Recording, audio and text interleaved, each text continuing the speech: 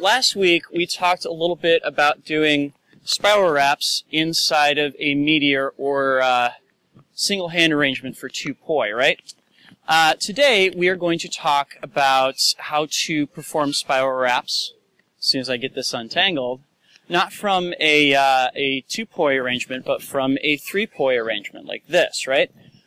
Which personally, I actually find this spiral wrap to be much easier than the meteor one. It feels much more like a 2-poi wrap to me, but results may vary according to who you might happen to be.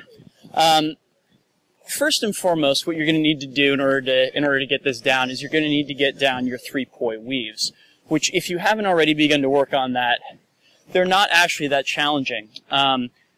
If we take kind of this 2-beat that we do in Meteor World, you'll almost invariably note that when you start off, your timing tends to be a little bit off, that the poi tend to be much closer to each other than far away from each other. And this is just based upon the fact that you're only used to controlling one end of this at a time, right? This actually is helpful when it comes to the 3-poi weave, because you don't want to have those 2 poi exactly on opposite ends of the circle from each other. You want them about a third of the circle's distance away from each other, right? The reason being that that leaves a hole then that your 3rd poi, in this case my green poi, can get into and avoid running into them. So really, when you're performing a 3-poi weave, it's really just a 2-beat weave. You just happen to be doing it with 2 poi in one hand. So as you'll note, it's always my right hand that's on top as I'm doing this right here. Cool.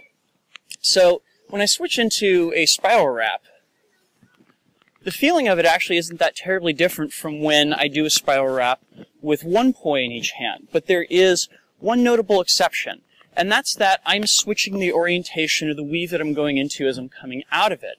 So right here, the thumb on my right hand, that is the one that's holding the 2 poi, is leading the way through the cross points on this weave, right? When I perform my spiral wrap, as I come out of it, now what's leading is my left hand, if you can see that. So the green poi. How you get there is you actually have to reverse the order of the poi as you're going into that spiral wrap. Whew. The way that happens actually is you do kind of what I feel like is an extra half rotation on as you're entering the spiral wrap. So right there, you see how rather than let's untangle that.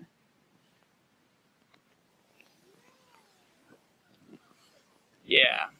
So right there, I'm bringing around my blue poi in an arrangement where it's going to wind up further along in the line than my orange poi is when I get into this kind of arrangement. And likewise, when I switch over, I stuck my orange poi about a half rotation further than I did my blue poi. So blue poi goes around an extra half rotation, and now it's before the orange poi. Even though my green poi is leading, I've reversed the order that these poi are going through the pattern through, right?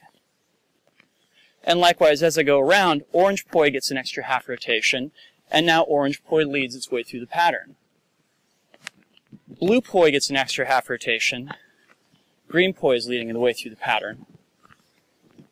Orange poi gets an extra half rotation, and now it's leading the way through the pattern, provided I don't hit myself, right?